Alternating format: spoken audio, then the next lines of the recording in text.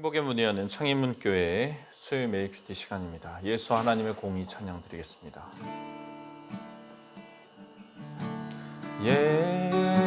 예수 하나님의 공의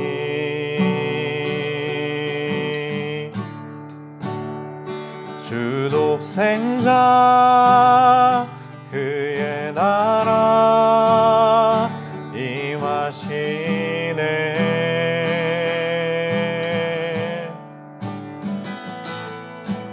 예수 재물이 되신 주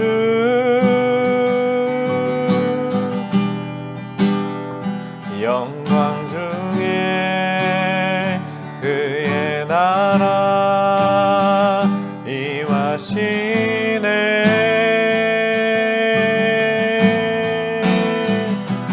주의 나라 영원하며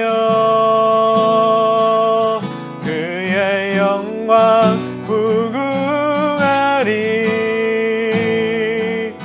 왕의 위엄과 능력이 이제 임하였으니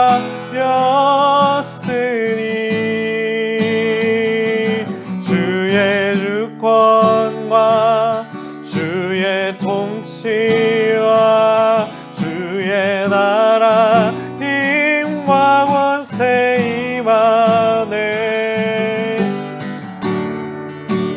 예수 하나님의 공의.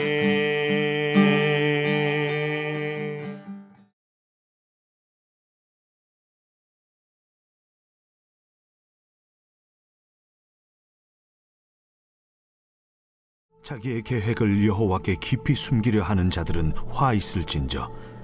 그들의 일을 어두운 데서 행하며 이르기를 누가 우리를 보랴 누가 우리를 알랴 하니 너희의 패역함이 심하도다. 토기장이를 어찌 진흙같이 여기겠느냐.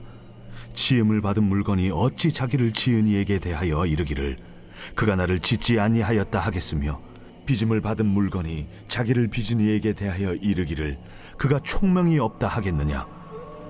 오래지 아니하여 레바논이 기름진 밭으로 변하지 아니하겠으며 기름진 밭이 숲으로 여겨지지 아니하겠느냐. 그날에 못 듣는 사람이 책의 말을 들을 것이며 어둡고 캄캄한 데에서 맹인의 눈이 볼 것이며 겸손한 자에게 여호와로 말미암아 기쁨이 더하겠고 사람 중 가난한 자가 이스라엘의 거룩하신 이로 말미암아 즐거워하리니 이는 강포한 자가 소멸되었으며 오만한 자가 그쳤으며 죄악의 기회를 엿보던 자가 다 끊어졌습니다. 그들은 송사로 사람에게 죄를 씌우며 성문에서 판단하는 자를 올무로 잡듯하며 헛된 일로 의인을 억울하게 하느니라. 그러므로 아브라함을 구속하신 여호와께서 야곱 족속에 대하여 이같이 말씀하시되 야곱이 이제는 부끄러워하지 아니하겠고 그의 얼굴이 이제는 창백해지지 아니할 것이며 그의 자손은 내 손이 그 가운데서 행한 것을 볼 때에 내 이름을 거룩하다 하며 야곱의 거룩한 일을 거룩하다 하며 이스라엘의 하나님을 경외할 것이며 마음이 혼미하던 자들도 총명하게 되며 원망하던 자들도 교훈을 받으리라. 하나님의 말씀을 거부하던 이들은 영적으로 맹인, 무지한 자가 되었습니다. 사람들의 지혜가 없어지고 총명이 가리워졌습니다. 그런 사회에는 소망이 없다고 할 수가 있겠습니다. 이제 15절부터 세 번째 화가 선포가 됩니다. 첫 번째 화는 에브라임의 술 취한 자들에게 미치는 화였습니다. 두 번째 화는 다윗 성에 미치는 화였습니다. 앞에서 등장했던 이 두 가지 화에 대한 말씀에 등장했던 내용과 형식이 세 번째 화에서 비슷하게 다시 등장하고 있습니다. 특히 토기와 토기장이 비유가 다시 등장을 합니다. 교만한 사람들은 자기 결정, 판단의 근거 하나님께 두지 않습니다. 그들은 자기의 계획을 하나님께 말씀드리지 않고 깊이 숨기려 합니다. 하나님께서 원하시 않으시는 계획임을 알고 있기 때문에 몰래 행하려는 것입니다. 여기서 하나님께서 말씀하시고 계시는 사람의 계획, 특별히 유다가 아수르와의 봉신 언약을 파기하고 애굽과 동맹을 맺어서 아수르를 대적하겠다라고 하는 계획입니다. 이 계획이 악한 것은 하나님을 의지하지 않고 하나님의 뜻을 따르지 않아서 인생의 힘을 의지하여 다른 계획을 세우는 것이기 때문입니다.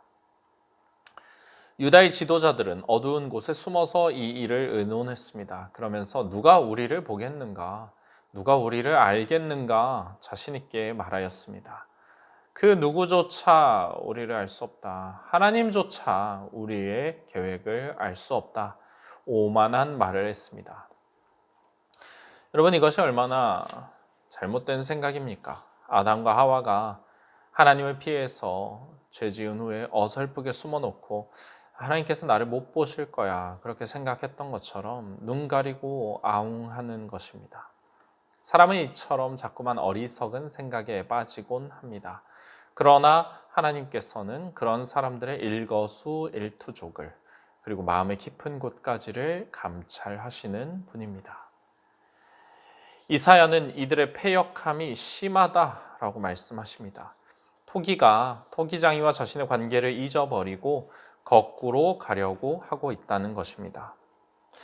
토기가 토기장이에게 당신이 나를 만들지 않았다라고 말하는 것은 얼마나 어리석습니까? 토기장이에게 총명이 없다 그렇게 말하는 것은 얼마나 교만한 말입니까? 그런데 이 백성들은 창조주이신 하나님께 그런 일을 행하고 있습니다.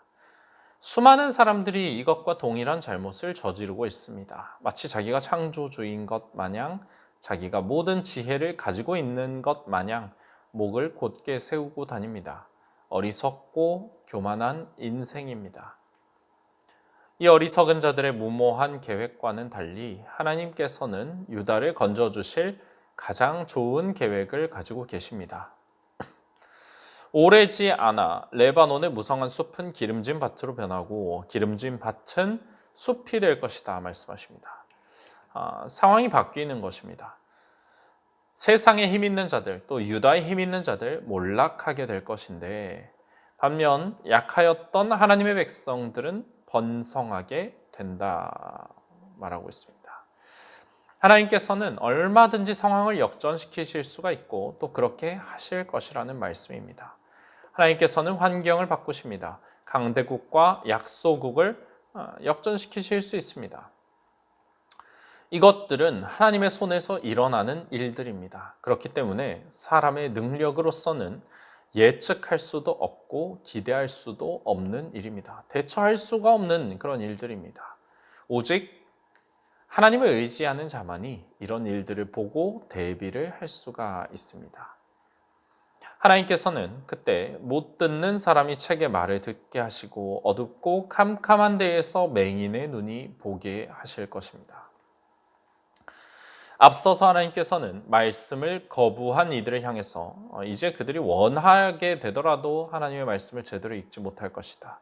제대로 깨닫지 못할 것이다. 이 백성이 영적으로 둔해질 것이다 말씀하셨습니다. 둔감해진 이들에게 하나님의 말씀은 봉인된 책과 같습니다. 그런데 하나님께서 이제 귀먹은 자가 듣고 눈먼 자가 보게 될 날이 올 것이라 말씀을 하십니다. 다시금 말씀을 듣고 깨닫는 시대가 오는 것입니다. 하나님께서 영적인 영역에서도 역전을 행하시고 상황을 완전히 뒤바꿔 놓으시는 일을 행하시는 것입니다. 겸손한 자는 여호와로 말미암아 기뻐할 것입니다. 가난한 자가 이스라엘의 거룩하신 이로 말미암아 즐거워할 것입니다. 교만하고 부하여서 하나님을 찾지 않던 자들, 그들은 하나님을 알지 못하게 되었습니다. 그러나 겸손하고 자신의 부족함을 알고서 하나님을 의지했던 자들, 그들은 즐거움을 누립니다. 강포한 자, 오만한 자는 멸망하고 죄악을 행하던 자들도 끊어집니다.